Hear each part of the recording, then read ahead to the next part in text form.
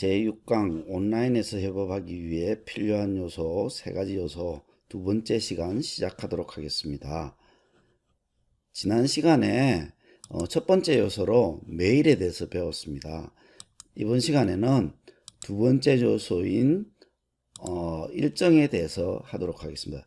보통 일정이라고 하면 우리는 스케줄이라고 생각을 많이 하잖아요. 스케줄이라고 이렇게 이야기를 하는데, 이건 여기서 일정은 스케줄이란 말보다는 캘린더가 되겠습니다. 캘린더가 일정이고요. 여기서 일정은 하나의 일정을 의미하는 것이 아니고요, 전체적인 우리 진짜 캘린더 그 일정을 말하는 겁니다. 자, 그러면 온라인 상에서 일정은, 협업에서의 일정은 어떤 의미를 가지고 있느냐 한번 살펴보도록 하겠습니다. 일반적으로 학교에서 일정은 학교 전체의 일정이나 경우에 따라서는 학년 일정, 부서의 일정을 한글이나 엑셀로 만들어서 이제 다른 선생님들이나 아니면 교직원들과 배포하거나 또 나스 등에서 공유하는 형태가 일반적인 그런 일정을 이용하는 형태입니다. 또 어떤 학교에서는 실제로 탁상용 캘린더를 제작한 후에 배포하고, 거기에다가 기본적인 학교의 전체적인 일련의 일정들이 다 나타나도록 이렇게 하는 경우들이 있습니다. 자, 이렇게 한 경우들은 어떤 문제점이 있냐 하면은 이미 결정되어 있는 일정 외에는 알아볼 수가 없습니다. 그 외에 수시로 생기는 회의와 같은 일정들에 대해서는 처리 방법은 메신저를 이용하거나, 예를 들어서 언제 회의를 하는 것이 어떻겠습니까 하고 일정을 전체적으로 묻는 그런 일정들을 배포하게 됩니다.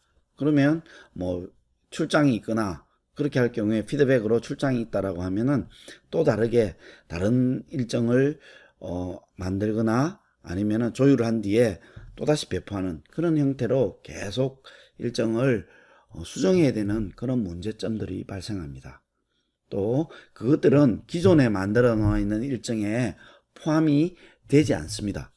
그래서 내가 탁상용 캘린더를 써야 될 그 이유 중에 한 가지가 되는 거예요. 하지만 디지털 시대의 일정은, 온라인의 일정들은, 협업에서 일정들은 되게 중요한 부분이 뭐냐면, 온라인에 이렇게 표시를 하고요, 그 일정을 다른 사람과 공유를 하게 됩니다.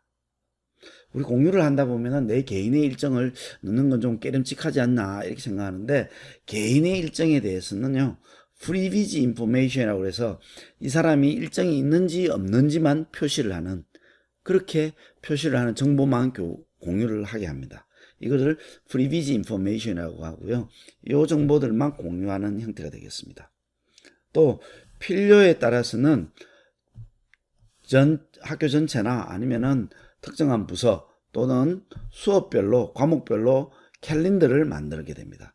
이런 것을 여기 밑에 나와 있는 이런 형태가 캘린더라고 하는데요, 그 캘린더 안에 각각의 일정을 추가하고 공유하게 됩니다. 캘린더 자체를 공유하는 거죠.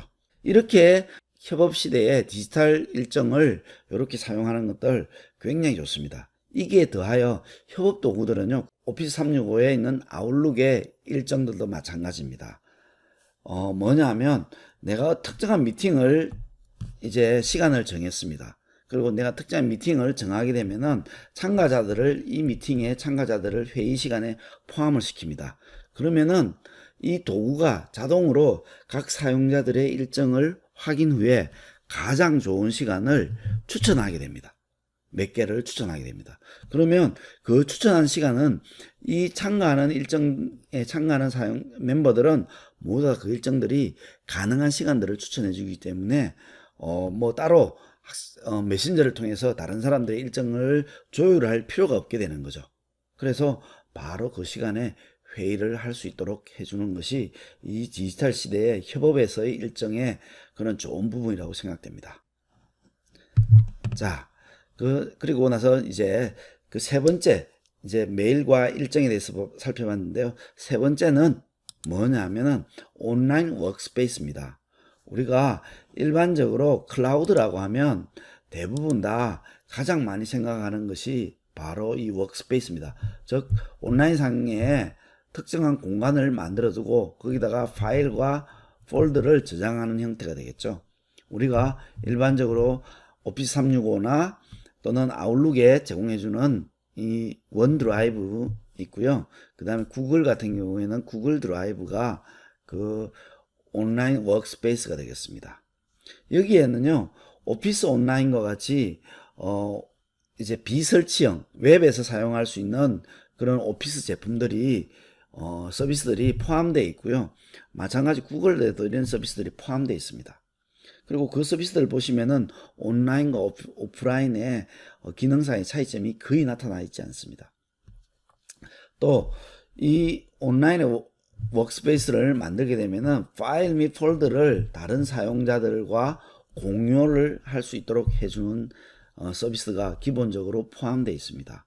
그래서 파일을 한 곳에다가 저장하고요. 다른 사람들이 그 파일들을 함께 공유해서 사용할 수 있으니까 저장 공간도 굉장히 절약하는 형태가 되겠죠. 데스크탑과 클라우드 시스템 간의 동기화입니다. 서비스들은 보통 원 드라이브 프로그램들 또 구글 드라이브 프로그램들을 데스크탑에 설치해 가지고요. 파일들을 바로 동기화를 할 수 있습니다. 그래서 원드라이브에다가 집어넣으면요, 데스크탑에다 집어넣으면 자동적으로 동기화되어 가서 클라우드 시스템에 올라가고, 또 클라우드 시스템에 있는 것들을 내가 필요에 따라서 다운로드 받을 수도 있고요, 바로 그 자리에 수정할 수도 있습니다. 그러면은 데스크탑에도 바로 적용되고요. 그런 것들이 포함되어 있고요. 온라인 워크스페이스가 만들어졌을 때 실시간으로 편집, 함께 작업하면서 같이 편집하고 코오스링이라고 이렇게 부르는 건데요. 공동 작업들을 가능하게 해주는 거죠. 그래서 팀 프로젝트가 있을 경우에 뭐 파워포인트가 있다고 하면은 파워포인트를 공동 작업으로 발표 자료를 완성시키거나, 요즘 소설을 만드는데 친구들이 각각의 소설들을 자기가 맡은 부분들을 이어서 쭉 소설들을 적는 경우들도 있죠. 그런 경우들도 공동 작업을 통해서 완성할 수 있습니다. 그 다음에 검색들, 앞에 말씀드린 풀텍스트 인덱싱, 즉 파일 안에 있는 내용들을 검색하는 부분들도 온라인 워크스페이스에서 제공해주는 기능들이고요.